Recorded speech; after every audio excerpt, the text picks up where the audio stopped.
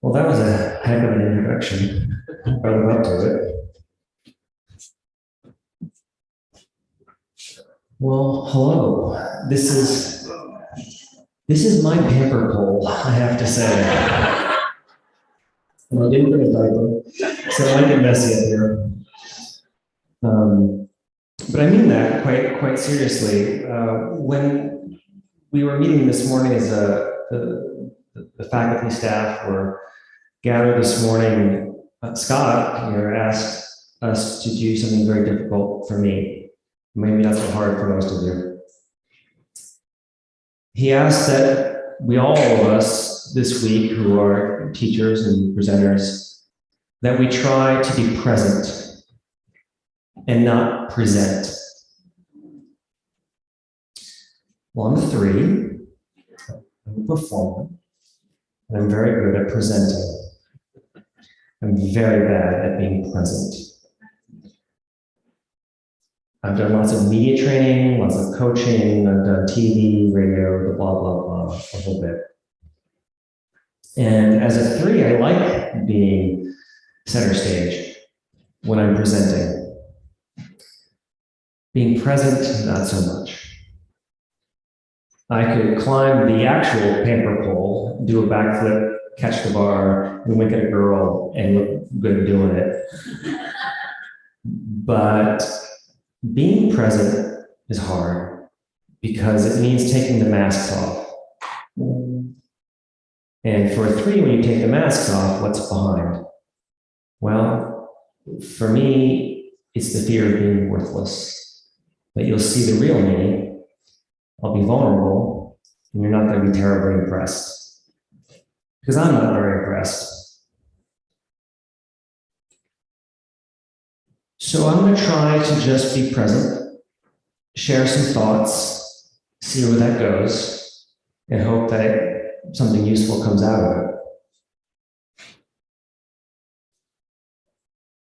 Let me start with the present moment, where I'm at in my life today, and then I'll start back at the beginning, give you a little bit of my journey, and then maybe we'll return back to the present and see it again for the first time, as T.S. Eliot often quoted the line. We'll return back to where we started and do it again for the very first time. So where I'm at right now is I am working on a book on the Enneagram. The working title is called Tame Your Money Monsters, The Enneagram, Money, and You, something like that. But it's a project that has a hidden goal. It isn't just about the Enneagram. I'm not an Enneagram expert, by the way. I've only been studying the Enneagram for about a year, totally by accident. But I have a very unlikely friendship with a mentor, a father figure by the name of Father Richard Rohr, who was one of the great popularizers of the Enneagram back in the 80s.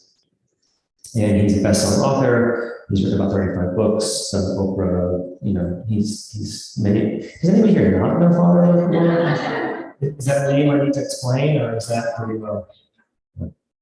Well, I met Father Rohr, can call him Richard, when he presided over the Mass at the ceremony.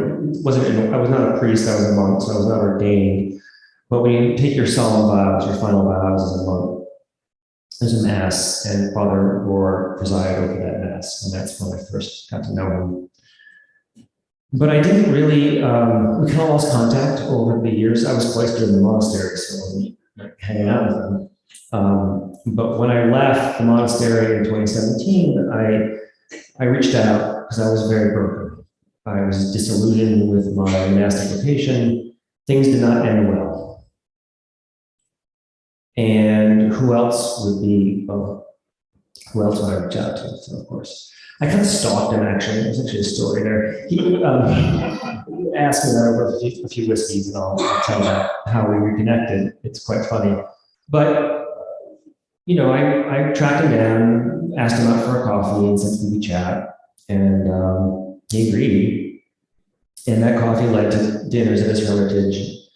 Those dinners at his Hermitage led to trips and traveling around, day trips around New Mexico.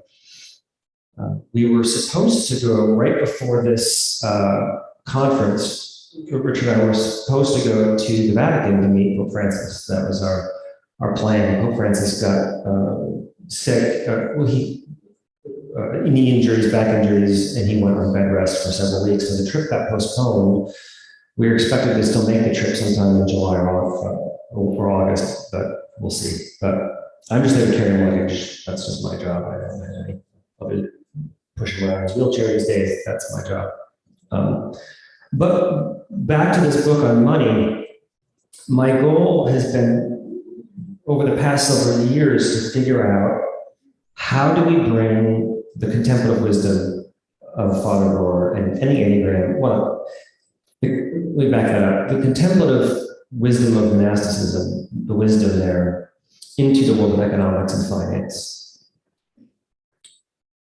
And because, as many of you probably know, Richards has a nonprofit. He has a nonprofit in Albuquerque, New Mexico, right up the street from me, where I live in Santa Fe. It's called the Center for Action and Contemplation. And as I'm going to tell us, I might be telling tales out of school here a little bit, but it's not, I think, unfair to say that as Richard approaches the end of his life, there's a certain amount of melancholy, a certain amount of despair, sadness. And it's not based on ego, it's based on a radical solidarity with the world. And he sees the tragedies that we all see. He sees the war in Ukraine, he sees the mass shootings, he sees the problems of COVID, the list goes on. And a certain sadness that his teachings, and most particularly teachings of Christ, have been so ineffective at changing our world. And so, for me, the missing piece is money. And the reason why I think that is because money is the tool of action in the world.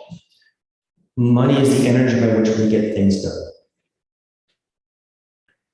And contemplation, well, if money makes the world go round, which it does, money makes the world go round.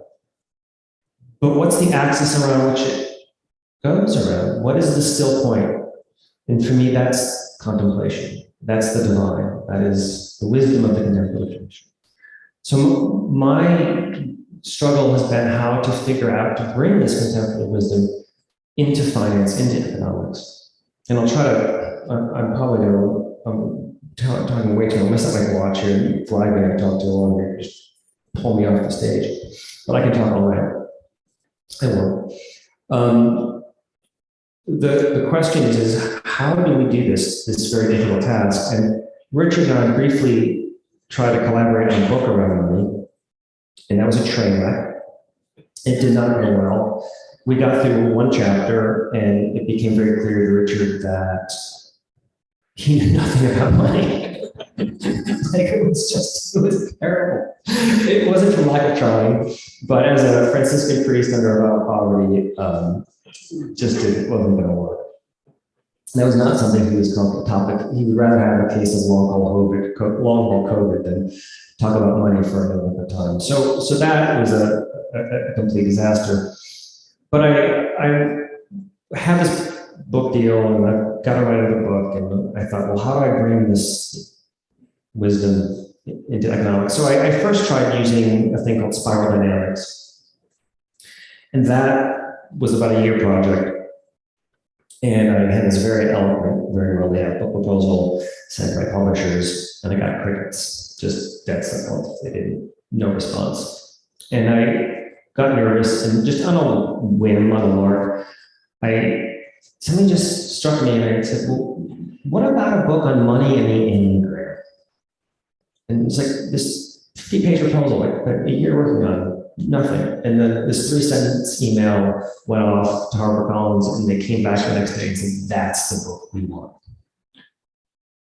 Of course, I didn't actually learn the Enneagram from Richard. I got that from his YouTube videos, like the rest of it. It was not something he's been active in recently.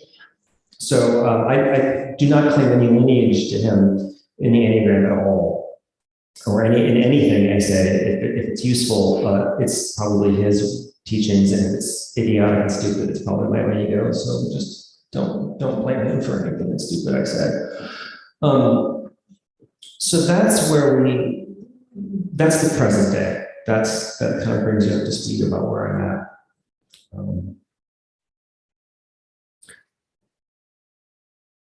So how did I get here? Let's jump back in time a little bit. Oh, and just quickly just say, with that, obviously I'm not an Enneagram expert. I've been working on this for just a little less than a year, and then I'm chipping away as best I can. But I think it's a useful tool. Obviously, it's for spiritual development, but it's also a useful lens through which we can look at anything, most especially money.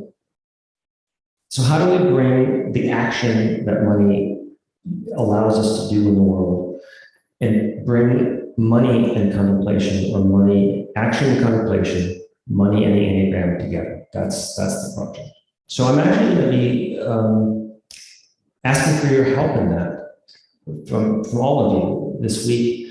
And if anything I say resonates, that's helpful to know. And if anything is off base, that's really helpful to know too. But circling back to how I got to this whole money thing, I grew up in a fairly wealthy family. My father was a high-level executive for an oil company, and money was weaponized in my family. It was not used wisely. It was not used well. And I have a lot of sympathy for my dad now, because it turns out I realized he was a 3 and I was 3. And so I understand the temptations that money held for him, which is, for him, it was about status, it was about image, it was about looking successful. And one of the ironies is that if your goal is to look successful, there's always somebody who's going to be a notch ahead of you in the game. And so no matter how much money he made, he was always trying to get one step up higher on the social run. So he always spent more than he made. And he had the big car, fancy big houses, fancy cars, lots of women, 4 marriages, blah, blah, blah. I call his money monster of the 3, one of their money monsters of the 3, I call it the blinger. Right? So he was a blinger, and in a sense that money propped up his ego. And I have that temptation too, so I don't judge him for it. It's just what it was. But money was also a weapon in our family. It was used to manipulate, to control, to dominate. And so, as a young man, when I read the words of St. Paul, said that the love of money is the root of all evil. Of course, right? Obvious. It was right there in my face every day. And so I rejected that. I thought money, materialism, capitalism, the whole game needed to fall down. Nothing but anger, nothing but resentment, nothing but bitterness. Interesting, I have 2 brothers. We all kind of have the same problem. It's just sort of interesting how birth order kind of affects these things. On the sidebar, my older brother ran off and became a bass guitarist in a grunge band up in Seattle. And he went into the hardcore, booze and drugs and whatever. That didn't go well for him in some ways, but I have a twin brother. We're fraternal, we don't look alike. He's the elder twin, and he went off to become a hippie in the woods, also rejecting money and materialism. Well, I kind of didn't get along with my brothers, and I didn't get along with my parents, so how do I rebel from all of them? Like, what's going to piss everybody off the most? So the Marines seemed like a good option first. And I wasn't raised Catholic, I wasn't raised religious. So I didn't really have a spiritual center, I didn't have much grounding in that, except a brief and unhappy run-in with, I was an evangelical fundamentalist for about a year or 2, and that got through that pretty quick. But in the Marines, I discovered that there's really 2 drugs that don't mix well together. and that's unresolved anger and an M16, not a good combo. So I started looking for some higher calling, and I had a mentor. It's a long story behind that, but essentially I was looking for I enjoyed the brotherhood, the esprit de corps, the Marines. I love the meaning, I love the purpose, the sense of honor, the duty, integrity. All of those things resonate with me very, very deeply. But blowing people up was kind of, I like running around the woods and blowing things up, I'll be honest, but I didn't want to blow people up. So where can I get all the good that I liked in the Marines and not some of the bad? So monasticism seemed like a nice, great way to go one step further and get one up on my siblings and really, really piss my parents off. So you might not know it, but spite is a reason why many people join religious orders, especially men in particular. It worked. But in the monastery, I discovered another kind of money trap. My parents, I call them money anxious. They were very anxious around money. And so they were very clingy, they were grasping, they were, you could say greedy, but that doesn't do it, that's too negative. It was fear. They grew up in poverty, they grew up in poor immigrant families. My dad grew up having to go after school and collect soda bottles and redeem them for the 5 cents and could feed his siblings at night. Like he wasn't, money for him was a way not just to feed his ego. Of course, we all do that. That's fine if you can afford it. He couldn't, but at that level he was at. But he deserved a lot of compassion, and my mom as well, for the childhood traumas that they experienced that made them so anxious around money. But the point being is that in the monastery, my counter reaction to that was to be what I call money avoidant. So I pushed money away, wanted nothing to do with it. So I joined the monastery, I take a vow of poverty, and I find my tribe. I find my fellow brothers who hate money just as much as I do. Problem is, if you live in a community where everybody hates money, well, guess where you end up? And it's bankruptcy. Right? So I guess we took the vow of poverty a little too seriously.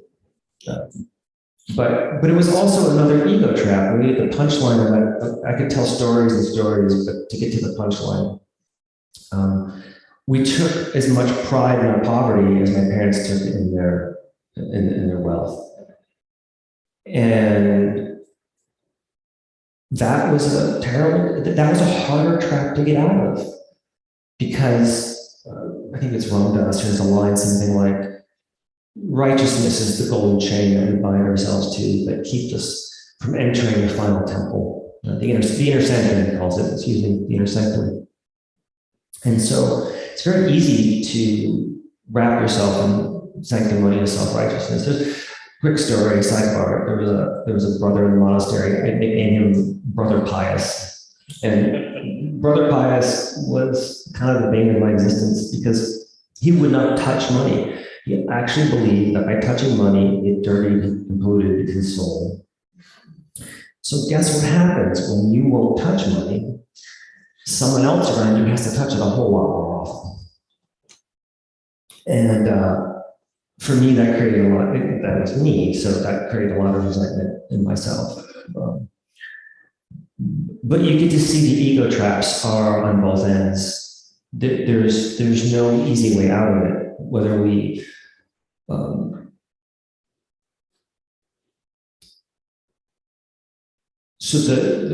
if you want to know how to build a healthy relationship to money, the simplest answer is you have to build a healthy relationship to yourself. And that's why the Enneagram is such a useful tool. Because you can just as easily wrap yourself in the pride of poverty. So, moving forward, there's these two poles that I faced: the money anxious, the money avoidant. And if you take those two ideas and you map them on the Enneagram, then you get what I call 18 unique money monsters. There's two kind of archetypical routes towards money that we can each take.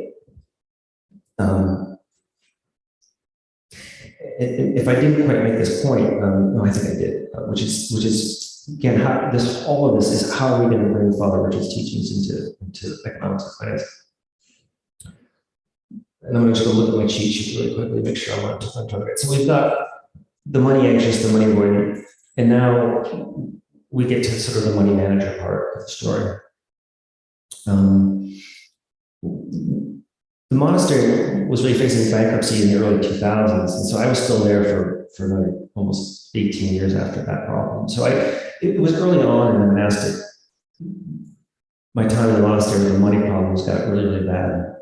But I want to say something really quickly about poverty because, as I like to tease Richard, money really isn't the problem in our society. Poverty is. And the only cure for poverty is to have a little bit of wealth. So many of our societal problems come out of poverty. Your socioeconomic status is the best predictor of when you are likely to die. So poor people experience higher rates of alcoholism, drug abuse, domestic violence, child abuse, injury, poor health. Being poor really sucks. Like, it's bad. And to pretend like money is the problem is not helpful. And to run away from money is not helpful. Because again, it's the means of action. So the question is how do we take right action? How do we find discernment in ourselves to use money and love and service to heal our world and heal our families? And not blindly reject it as somehow that's the source of the problem. It's our egos that are the source of the problem, right? And you're going to get stuck with that no matter which way you go down it, with the route of money. But rich people actually have an advantage over the monk in the monastery who takes the vow of poverty because they can't pretend that they're, after a while, if they have a little bit of self-reflection, they can't pretend that money is going to solve all your problems or it's going to make you deeply happy. What it will do is it will become, if you're unwise with it, it will become a tool for status and power and domination of others. So money is actually the thing that can be the biggest boost to your ego if you're not careful. It will juice your ego faster and more intensely than almost any other anything else in our society, because money in our current society equals status and equals power. And here's the interesting spiritual point is that if you go down that road really hard and really fast, it will crash your ego faster than almost anything else if you let it. So you might actually be better off. It might bring you to what Dr. Howe calls your point of maximal suffering faster. Because it won't protect you from pain. It won't protect you when you're traumatized. It won't. And you'll see through it. And you can't hide behind the illusion anymore, where if you think, well, I don't want to deal with it, I'm not pious, I'm holy, I don't have money in my hands, but you can keep that game up for a long time. It doesn't crash as fast.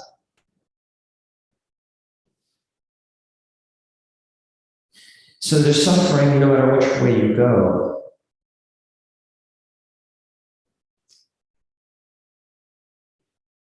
And I guess that brings me kind of where I want to take this is my understanding of the Enneagram and money. And the thing I've been struggling with the Enneagram that I couldn't figure out, and no one until Dr. Howe, they ever explained it to me. Like, it never became clear to me until we talked yesterday on the drive up, was why does the Enneagram work? I've been wrestling with this question since I started this project. How do I bring Richard's teachings into the mind together, action, contemplation? I'm really good at the high level stuff, and then as you get more into the nuanced details, it gets a little fuzzier for me. But I have to start with the big picture. And the big picture of why does this work? How does this fit into the cosmic plan? How does the ego form? How does consciousness work? What is this divine game that's being played? And how can mind be a part of it? And here's what I've come to. And it was this sort of miraculous moment when I was stress testing it with Dr. Howell, and he explained his tree of life to me, which is in his book, which I think you can, it's all around being conscious. He explains it in a completely different way. He has a completely different metaphor, a completely different nomenclature. He draws out the journey of the consciousness from the beginning up to full flowering as a vertical ascent with 11 steps. He has 11 steps because he's a 6 who's very careful to not miss anything and wants to be safe. I'm the 3 who wants the shortcut, so I just have 3 steps. But they map very, very nicely, and that was a really, really tonic moment for me where it's like, oh, it starts to make sense. And so let me explain how my understanding of it works. The Enneagram, I'll tie it into money very quickly, and maybe it's something that could be a topic for conversation as throughout the weekend.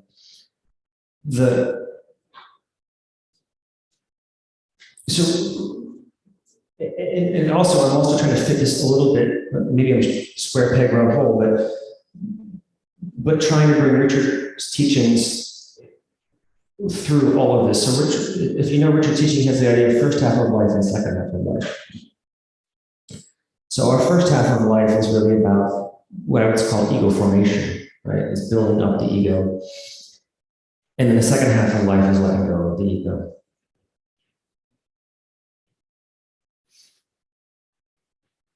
And so the first half of life it looks like it's an ascent. It feels like the ego is getting stronger and stronger, but it's actually a descent. It's a fall, right? And you're going to fall until you hit a point of maximal pain where your ego games stop working and they actually causing all the problems that you're having. And then you hit the dark night of the soul or the cross. And you have to crucify your ego at that point. But here's the journey as I understand it for that first half of life. And if you can correct me on this, please do. But it seems that what is happening is we're starting. If you can imagine for a moment what it was like when you were first conceived, when your consciousness first formed in your mother's womb. In your mind, what was that like? What would the first flickers of consciousness be all about? And it seems to me that where you would be is you would be in unconscious unity with everything that you experience. It would be a very blissful state. The scope of your understanding of reality would be very narrow, right? You have a very limited conception of reality, but you are, in a sense, in union with all that you can experience, and that would be bliss. But you have no sense of self. So you are unconscious. And then, surprise, you get violently and suddenly thrown out into the world, and you're born. And you'd experience duality. Now there's something other than you. It's not all about you. That's probably a pretty unpleasant surprise for most of us. That's why we're probably screaming and kicking. But there is a physical separation that happens between child and mother. And that physical separation is most acutely symbolized when the umbilical cord is cut. And that's a tough thing to cut. You need a sharp knife. And that creates the physical separation between child and mother. But your consciousness is not separate yet.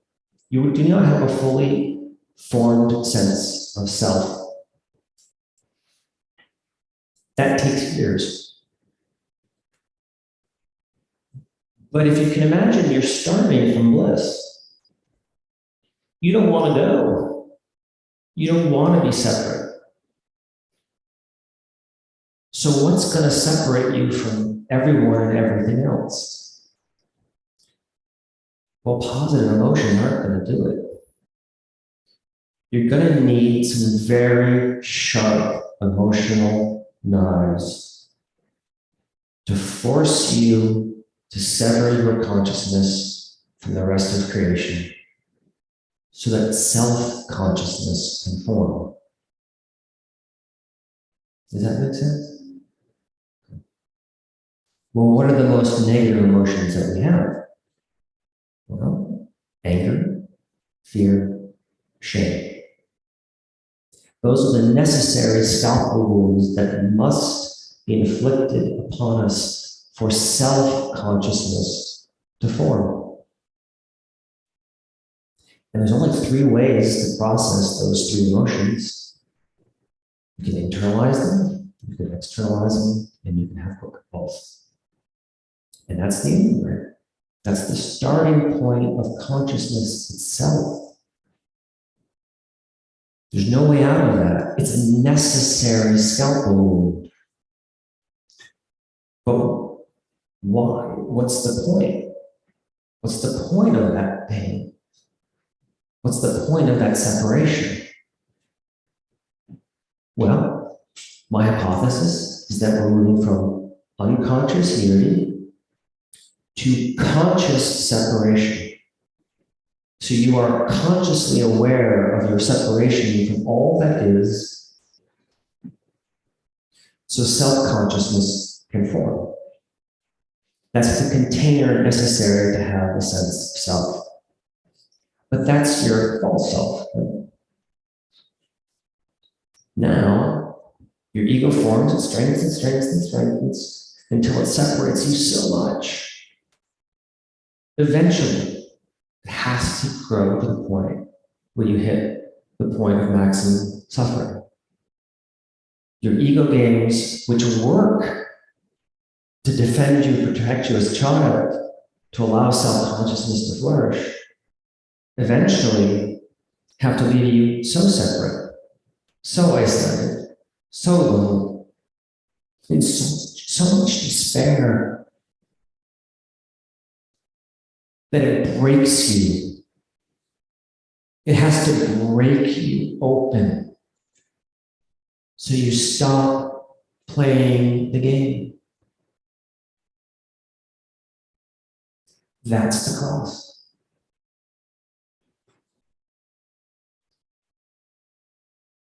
And in that moment, if you let it break you completely, you will begin the journey back. Not to where you started, I don't think. Someplace better. Now you can go to conscious unity with free will. Without self-consciousness, you can't have free will. And if you don't have free will, you cannot love. It's all about love. Why did you have to be separate? So you can have free will to choose to love, because love cannot be coerced. It has to be chosen, freely given, freely received.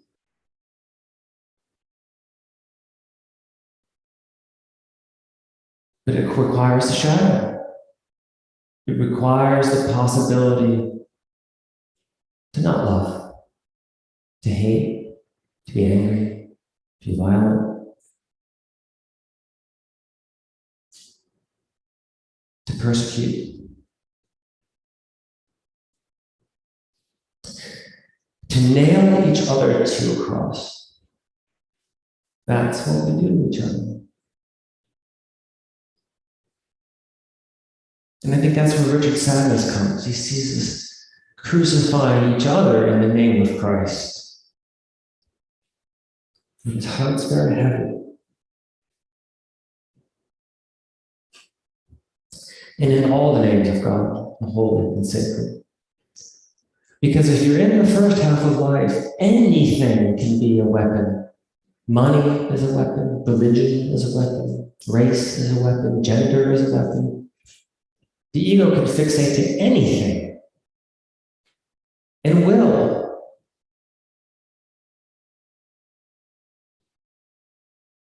But it's necessary that freedom be allowed. That's the love that God risks.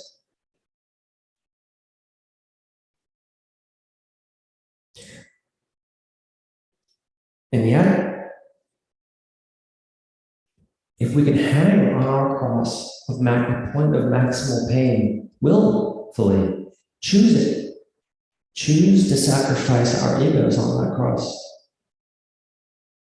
In love for ourselves and for others. For love for our true self, not the false self.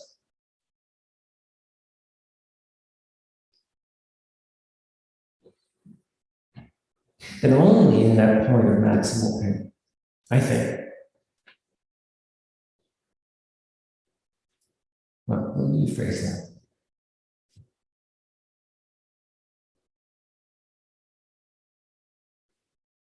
If you're willing to pick up your cross, and Christ says, my yoke is light. Why is it the lighter yoke? Well, because if you don't sacrifice your ego, then you've descended into hell. You descend into total separation, total darkness. You descend into nihilism, you descend into homicide, you descend into genocide, you descend into mass shootings. Things get really, really bad for you and everyone else. The lighter yoke is not to be crucifying your neighbor in hatred, and egoism, and selfishness. Well, and money is a great tool for that. But to sacrifice your own ego on the cross is the lighter yoke. Because then you turn. When you face that shadow inside yourself, when you face that fear, the anger, and the shame inside you, and you face the darkness inside everyone, you see everyone as a walking wound.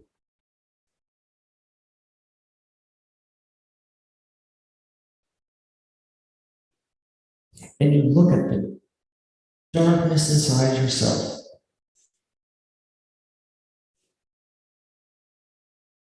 And you choose to love all of it.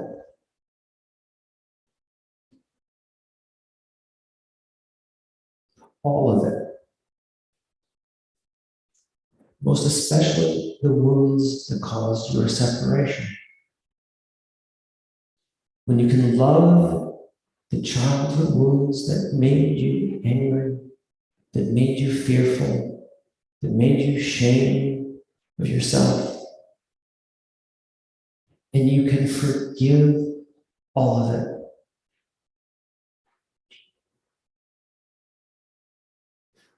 When you can love all of it, and you can forgive all of it,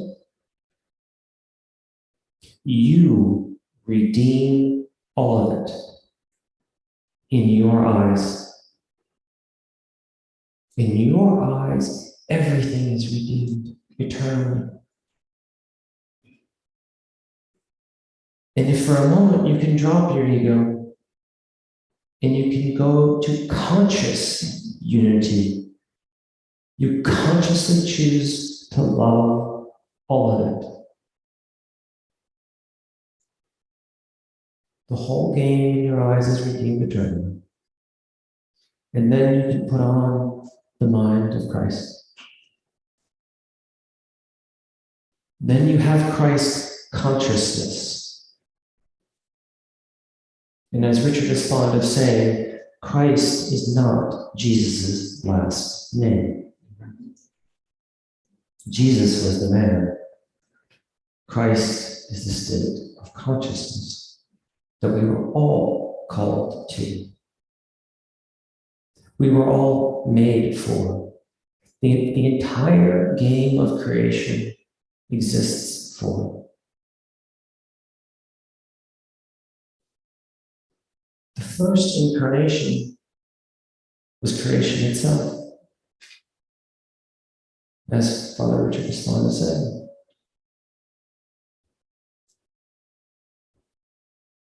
And in that moment,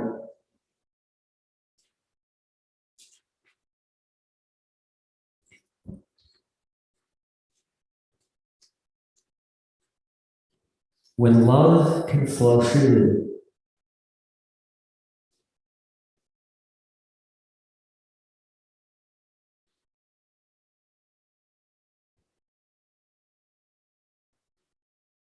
when you see love, you see the incarnation of Christ in everyone and in everything.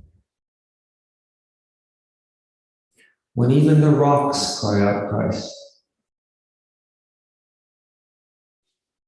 then I no longer live, but Christ lives in me.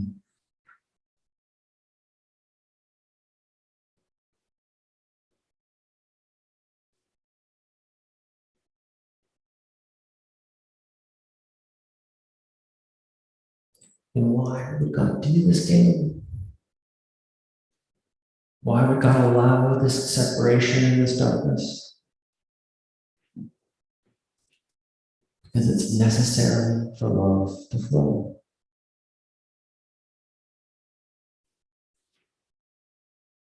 You can't have love without an other to love. You have to have the separation first. And then you have to choose to let the separation go. Conscious. Through free will, through your own choice.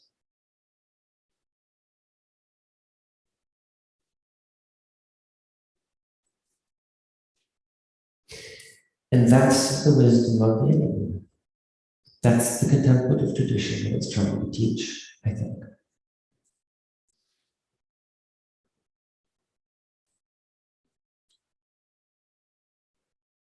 That's the still point around which our actions in the world must turn.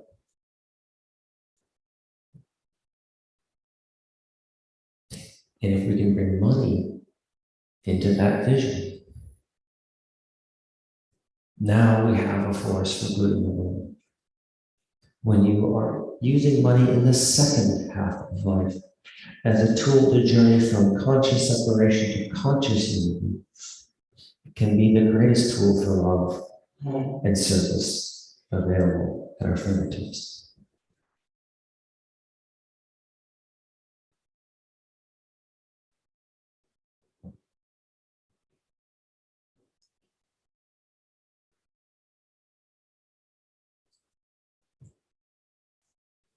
So that's the challenge. Until you get to the second half of life, it doesn't really matter. Whatever you do, it's probably going to be doing it for the wrong reasons. And that's okay. It's okay. Don't worry about it. You'll get to the cross. It's coming.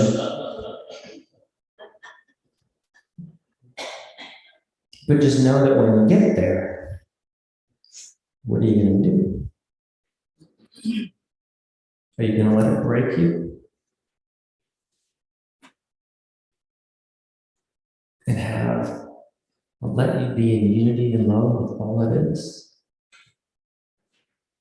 And rip the masks off of persona that have been created. Because when you rip all the masks off, what's left?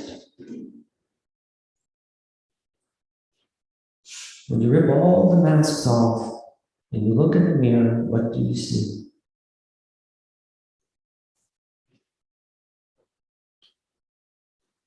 When you take the masks off of everyone you see in front of you, what do you see? I see love. I see Christ.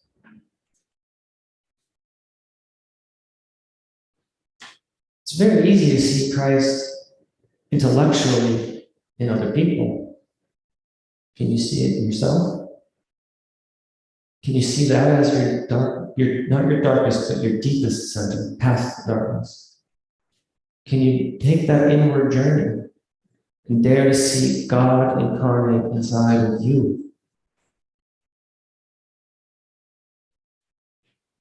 That you are God incarnate is the good news from my perspective.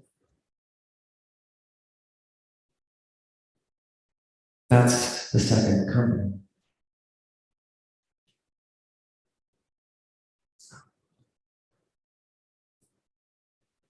And as Tolstoy said, when you see that, then you are also, and this is the kicker, it's not all there is actually, because then you're responsible before all and for all. You're not guilty for all, but you're responsible for all.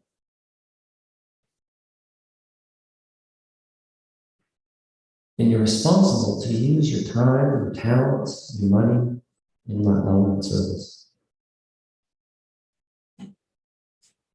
I think my time's up. I'll stop there. And just say, all I see is God. Looking at practice in love in your eyes.